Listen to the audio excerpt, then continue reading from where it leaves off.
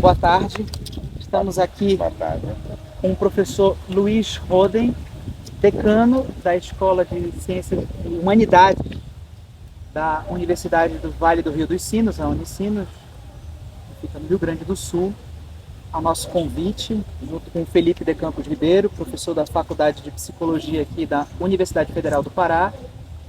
Convite também feito por mim, Ricardo Evandro Martins, da Universidade Federal do Pará, da Faculdade de Direito. Estamos no meio da universidade, na verdade, aqui no canal do Tucunduba, que atravessa a Universidade Federal do Pará, aqui na cidade de Belém, onde ocorre, como todo mundo sabe, no dia de hoje, nessas semanas, na próxima semana de novembro de 2025, a COP30, certo? E no meio desse evento, nós fizemos o convite ao professor, que muito gentilmente aceitou, para falarmos sobre filosofia, e ecologia, justiça climática e também tratar criticamente o evento da COP. Na realidade, nesse exato momento, inicia-se a Cúpula dos Povos aqui na Universidade Federal do Pará, que é um evento também muito importante, como a da COP, em que há a presença de comunidades, povos indígenas, quilombolas e outros movimentos sociais, defensores dos direitos humanos, da natureza, dos direitos da natureza, que também estão interessados na discussão sobre esse tema. Professor Luiz Roden, muito bem-vindo. Muito obrigado, Ricardo. É um baita de um prazer e uma alegria, como diz Gaúcho, estar aqui ao lado do professor Felipe, da Fernanda, que está aqui ao nosso lado também, nesse belo local e também aqui nessa cidade de Belém. É realmente uma alegria, uma honra para mim estar na COP e na COP com vocês aqui. É um momento assim significativo porque todos nós fazemos parte de um todo e um todo que está sendo dilacerado, e esse todo ele só poderá ser regenerado, recosturado se a gente trabalhar junto, fizermos a nossa parte. E por isso que eu propus uma reflexão, e a gente vai começar hoje de tarde, né, Felipe, Ricardo, sobre a relação entre educação e hermenêutica como um exercício de reconexão virtuosa com a natureza. Eu acho que esse é um trabalho filosófico importante a ser feito, trabalharmos do ponto de vista da educação, uma perspectiva de revertermos a destruição do planeta via educação socioambiental. Essa seria, tá bem? Muito bem. Professor, nós combinamos, eu e o Felipe Ribeiro, de realizarmos duas perguntas para começar, sabendo que o diálogo tem início, mas a gente não sabe como vai terminar. E aí só pode responder cada vez que fizermos a pergunta, no seu tempo, de modo livre. Felipe Ribeiro. Então, professor Luiz Roden, guardar aqui. Vamos só esperar o barco passar rápido. Que legal. Universidade da Amazônia. Então, depois da passagem do desvanecimento do famoso Popopô, né, agradecendo o seu aceite para conversar aqui com a gente, eu vou lhe fazer diretamente uma primeira pergunta. Na aurora da modernidade, o filósofo britânico Francis Bacon, no seu novo órgão, que inauguraria a ciência moderna, enunciou aquela frase célebre, que diz: para se dominar a natureza, é preciso primeiro obedecê-la, né? Obedecer à natureza, né? E aí começou o progressivo processo de supremacia do homem enquanto sujeito e da natureza enquanto objeto do conhecimento e de toda uma razão instrumental que, como tantos filósofos na modernidade já trabalharam, começou a se desenvolver. Eu queria que aqui no meio da COP30, a gente fazendo uma abordagem filosófica de todas essas questões sobre a relação homem-natureza, sujeito-objeto, queria que o senhor começasse comentando essa frase que foi a fundadora desse processo histórico que nos trouxe até aqui, que é a modernidade, né? Que o senhor comentasse a partir da sua perspectiva filosófica. Excelente pergunta, Felipe, e ela é o fulcro da questão. E eu diria o seguinte: nós vivemos hoje no que se chama a era do antropoceno. E essa era do Antropoceno é uma era que substitui ou passa adiante do que se chama do Holoceno, que era uma era em que havia uma espécie de harmonia, uma conjunção entre humanos, animais e natureza. O que nós estamos vivendo hoje é o que se chama Antropoceno, e ele se caracteriza pela seguinte questão: é a primeira vez na história do planeta em que a ação humana, engendrada por uma lógica, por uma epistemologia, por uma metafísica, que é essa do conhecer poder, calcada na cisão sujeito-objeto, ela engendra uma mudança na natureza, na Terra. Mas é uma mudança que é destrutiva. Então, esse é o problema central. A mudança na própria natureza, podemos fazer, e é importante mudar um curso de um rio, fazer uma hidrelétrica, mas o que nós estamos fazendo é uma mudança, é uma transformação, é uma ação da humanidade na realidade, na natureza, que ela está se tornando irreversível. Uma das minhas questões, por isso a pergunta do Felipe, ela é central. A gente precisa compreender qual é a lógica, qual é a epistemologia, qual é a gramática que está por trás da engendração, vamos dizer assim, ou da criação do Antropoceno, cujos efeitos nós todos conhecemos. Mares acidificados, desertificação, rios poluídos com mercúrio, poluição, mares subindo, aquecimento global, assim por diante. E a minha tese, não é a minha tese, é de muita gente, é a seguinte: o que está na base do conhecimento que justifica a ação humana destrutiva é o que você disse, a cisão radical entre sujeito e objeto. Nós, com a modernidade, Bacon, Descartes, né, nós criamos um modo de pensar e logo um modo de agir pautado nessa lógica, nessa cisão sujeito-objeto, humanos, natureza. Então, o ponto fundamental é a gente entender que essa lógica, esse dualismo precisa ser superado. Nós precisamos repensar esse modus operandi que engendra uma ação que é destrutiva. Por quê? Qual é o problema da cisão sujeito-objeto? Nós criamos uma alienação entre humanidade e natureza. Nós criamos uma separação, uma distanciação. Um exemplo muito simples. Por exemplo, estamos andando tomando uma Coca-Cola, por exemplo, aqui, e nós pegamos e jogamos a garrafa de Coca-Cola ou a latinha no rio, porque os outros de repente não vão ver. Nessa lógica dessa cisão sujeito-objeto, nós não nos damos por conta que nós não estamos jogando fora, nós estamos jogando em nós mesmos, entende? Nós estamos, não existe dentro, não existe fora. Então esse é o problema dessa lógica, dessa forma. Ou então, quando a gente entra num colégio e vai estudar, né, nós entramos em prédios e estudamos a natureza, mas nós não sentimos o ar, né, nós não sentimos o vento, as folhas caindo, a gente não sente a natureza, por quê? Porque nós estamos separados dela. Essa alienação, ela justifica as ações, porque as ações, então, elas são realizadas independentemente do que acontece lá e do efeito dela. Por quê? Porque nós estamos separados dela. Então, acho que essa é uma questão fundamental. E outra questão que está vinculada a isso, Felipe, é uma lógica. No Antropoceno, nós temos uma lógica temporal que se centra no presente. A gente precisa pensar a temporalidade sempre numa articulação passado, presente e futuro. O que caracteriza o Antropoceno? E, na verdade, também é um respingo da relação sujeito e objeto. É uma absolutização, uma presença no presente. Se mata o passado, se olvida o passado, né? Histórias indígenas, vai se explorar ouro, por exemplo, né? As populações ribeirinhas, indígenas, não se leva em conta a história deles, porque de repente um rio, um local ali era um local de ritual, onde se enterravam os mortos, era um espaço sagrado.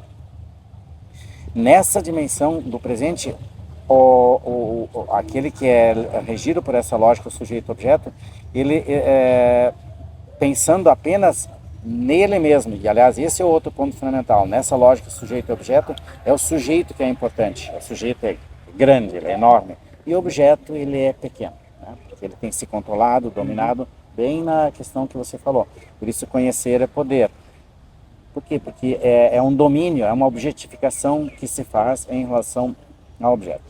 Voltando à questão da temporalidade, então essa absolutização do tempo presente, ela também não leva em conta o tempo futuro. Por isso que o Hans Jonas, por exemplo, propõe que é importante fazer uma heurística do medo, né? Pessoal, se a gente continuar jogando mercúrio no rio, se a gente continuar queimando combustível fóssil, a gente vai destruir, vai aquecer o planeta, vamos olhar para o futuro. Então, a lógica de olhar no futuro.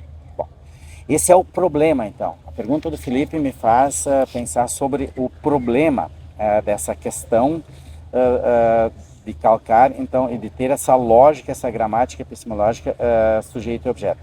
Vou pegar agora as palavras do Ailton Krenak. A Ailton Krenak vai dizer assim: por isso que a nossa educação é uma educação sanitária. Por que ela é sanitária? Eu vou dar o exemplo, por exemplo, das minhas filhas. Se a gente vai comprar uma verdura, ela sempre, ou uma fruta, elas sempre vão querer aqui a mais brilhosa, mais bonita, mas de repente essa mais sanitária, essa mais limpa, ela está cheia de veneno, entende?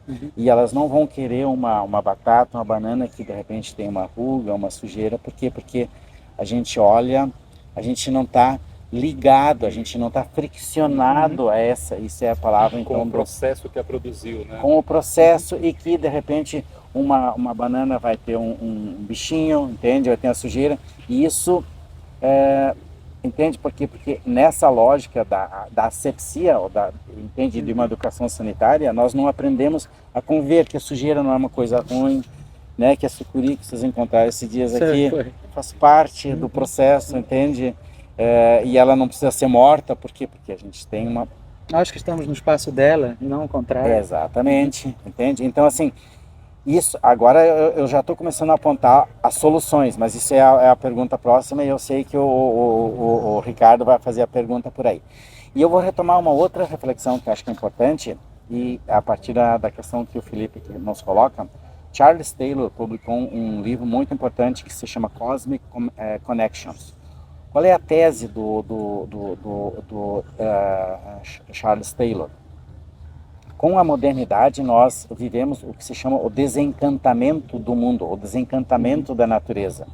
Por quê? Porque nós objetificamos, nós controlamos, nós manipulamos, nós usamos, e nós perdemos aquele senso de admiração, de contemplação, ou de que nós fazemos parte disso. E por isso a proposta do Taylor nesse livro é a gente precisa fazer novamente uma conexão entre, né, humanos e natureza, sujeito e objeto novamente. E a proposta do Taylor é que a gente faz isso pela poesia, a gente faz isso pela sensibilidade estética.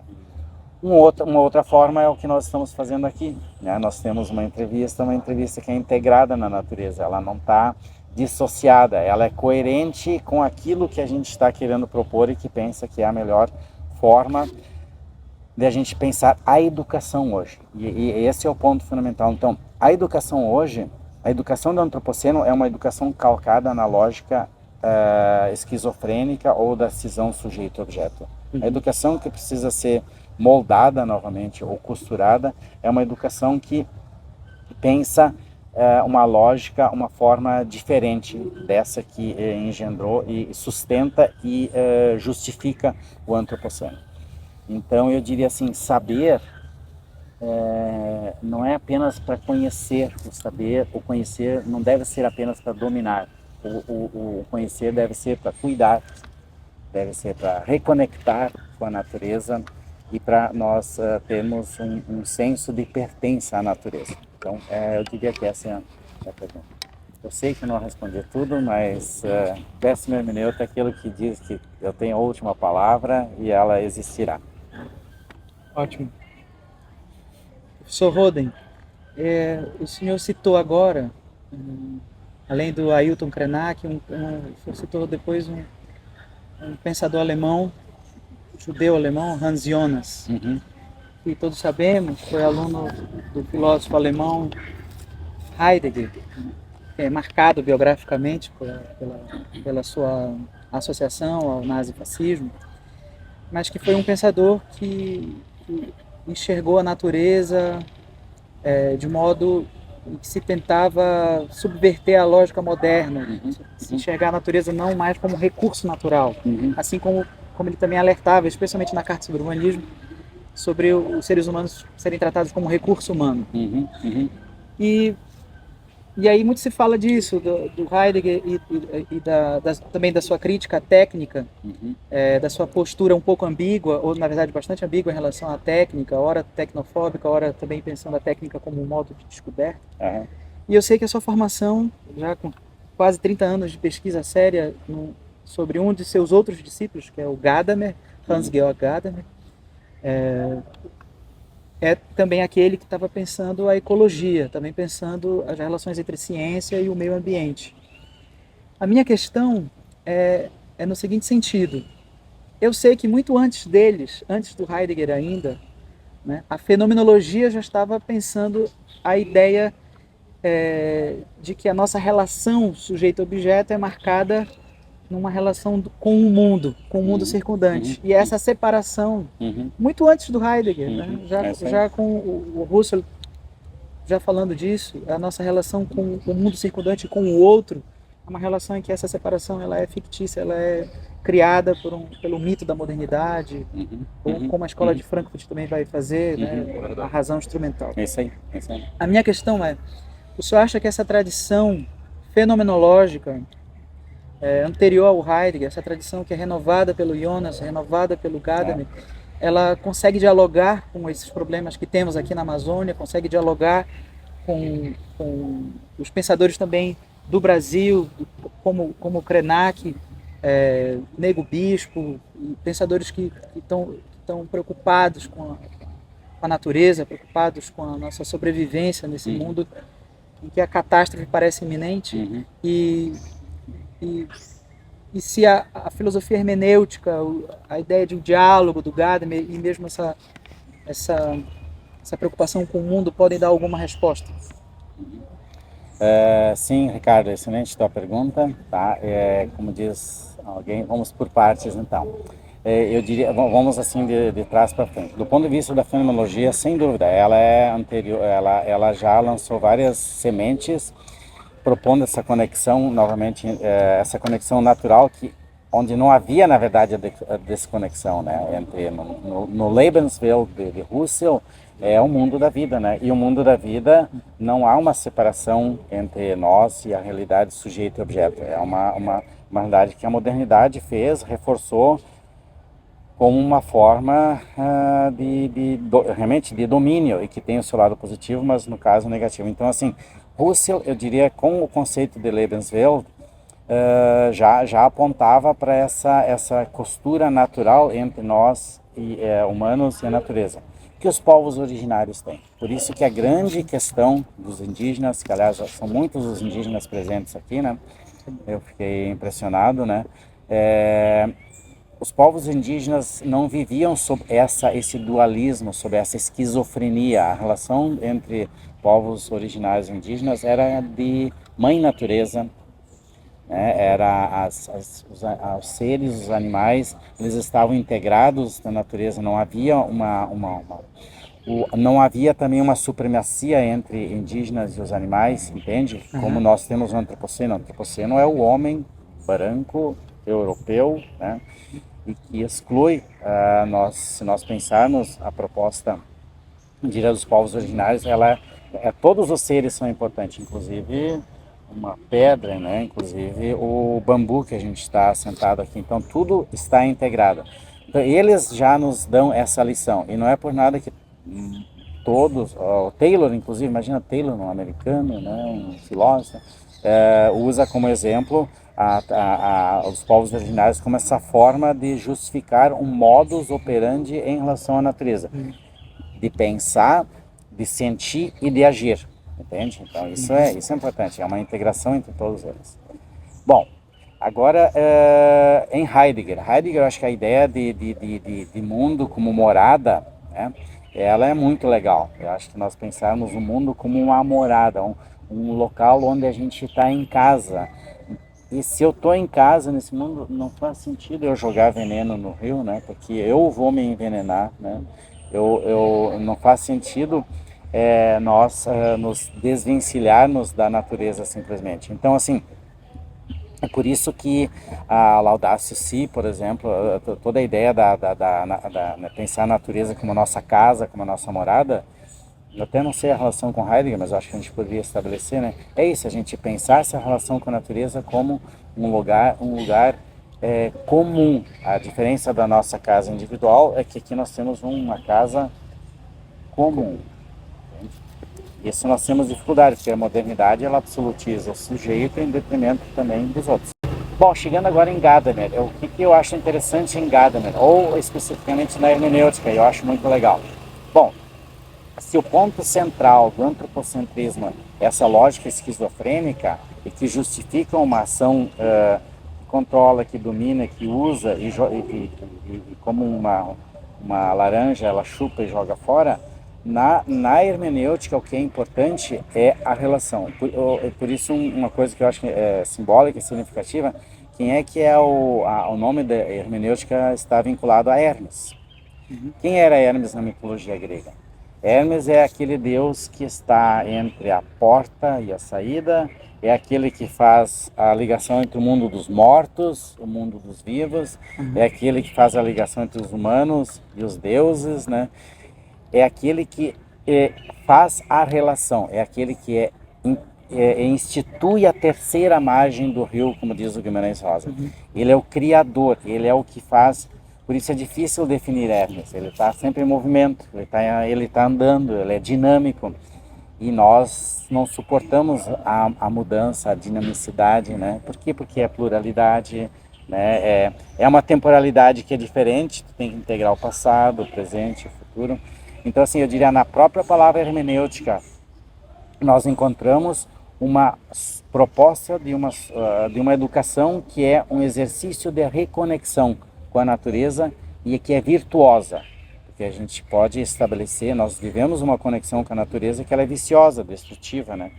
Então, e quando Hermes faz essas pontes, ele faz para criar vida, ele faz para restaurar os mortos, ele faz para fazer as ligações entre esses mundos separados. Então eu acho isso muito interessante, eu gosto disso. Né? E eu acho uma coisa muito interessante que a hermenêutica filosófica, ela se caracteriza como aquele exercício de traduzir. Em alemão, Übersetzen. Übersetzen é o exercício de a gente transpor. Olha só, nós estamos ao lado do rio Tucunduba, que significa o protagonista. Übersetzen é pegar uma coisa que está naquela margem e trazer para essa margem. Então, uma palavra dita em alemão, Übersetzen. Eu preciso agora trazer de lá para cá e dizer que Über é sobre e Setzen é por sobre. Então, o exercício hermenêutico é o exercício de traduzir, é de trazer de uma margem para outra. E isso é criação, não é simplesmente transposição. Né? Como eu fiz aqui, e na verdade o movimento que importa é o que está no meio. Aqui. Então, assim, acho que isso é tradição hermenêutica novamente, ou seja, tu propõe uma conexão. E é isso que talvez é o mais importante para nós do ponto de vista filosófico, ou seja, a gente aprender um modus operandi intelectual e epistemológico que não é mais ou contra, mas com a conjunção e. E aí a gente justifica, né? Indígenas, negros, quilombolas, mulheres. Não é numa lógica fascista em que é ou, né? O melhor, o pior, e assim por diante. Então acho que esse é um outro elemento fundamental. E um outro elemento eu acho fundamental, na própria tradição filosófica, a gente lembra que a origem da filosofia ela está calcada no verbo taumatsen, no verbo que significa admiração, admirar-se. A capacidade que nós temos de nos admirarmos, olha o tamanho desse eucalipto, né? Que coisa impressionante. Acho que aqui é uma figueira. Quando nós começamos a fazer esse exercício e pensa assim, a beleza disso, o tempo disso, nós estamos criando uma conexão e que ela não vai ela não vai nos deixar pegar uma motosserra e serrar simplesmente porque ela está atrapalhando o nosso caminho. A gente vai fazer um caminho, de repente, que passa ao lado, né? Não vamos fazer o caminho reto, assimétrico, matemático, tipo dos jardins lá do Versailles, né? Mas a gente vai fazer um caminho do lado, quando a gente tiver Sinuoso, né? sinuoso, vai fazer uma vereda. E isso é essa outra lógica, entende? Epistemológica, que os indígenas têm, né? E que a tradição hermenêutica propõe. E eu diria, já que falamos do Grande Sertão Veredas ontem também, ele propõe. Por isso o Grande Sertão, o Grande Mundo, ele é, na verdade, veredas. Então, assim, isso, qual é que é, assim, a minha proposta? Essas coisas a gente precisa, como diz o Guimarães Rosa, traduzir em linguagem de dia de semana. A gente precisa colocar isso nos currículos escolares, entende? Estudar o que é natureza, ou estudar os problemas da tragédia climática, isso precisa ser assunto de disciplina em colégio, né? Na educação. E a gente sabe que não é. Se estuda, sim, né? Mas muitas vezes não é. E aí, essa é a forma que nós temos, então, de talvez aprendermos a nos sensibilizarmos e nos voltarmos a criar essa reconexão com a natureza, esse reencantamento com a natureza. Porque a sensibilidade, ela é aqui, tem muitas formas de nós criarmos essa conexão, assim, mas eu acho que a sensibilidade é uma das melhores, talvez, né? Vejam como foi a questão desse movimento que houve há alguns dias no Brasil aqui com relação àquela eleição, lembram? Como é que você fez a mobilização popular para mudar? E aí a Câmara mudou, retrocedeu. Pela música, né? Sensibilização musical, ou seja, pela estética, pela arte. Então, assim, esse eu acho que é um caminho muito importante. A admiração, contemplação, estética, arte, como uma forma, então, de a gente insistir nesse exercício de reconexão com a natureza. Eu não falei aqui agora questões internacionais, políticas, isso seria talvez um outro desdobramento. Eu só falei dessa chave tua, né, do exercício do poder e essa proposta assim de solução. Né? Maravilhoso, professor. Muito obrigado. Isso. Eu também lhe agradeço. Eu que agradeço, foi assim uma honra, uma alegria e que bom. Eu acho assim, a COP aqui em Belém do Pará, ela foi muito significativa e ela vai produzir efeitos, talvez não efeitos muitos imediatos, práticos, mas ela ficou como um símbolo para o mundo por ter sido feito aqui, entende? E como a gente estava conversando com a vice-reitora hoje, eu acho que daqui vão se desdobrar muitos projetos, muitas parcerias nacionais e internacionais, porque se chamou a atenção para esse local, para esse espaço. Né?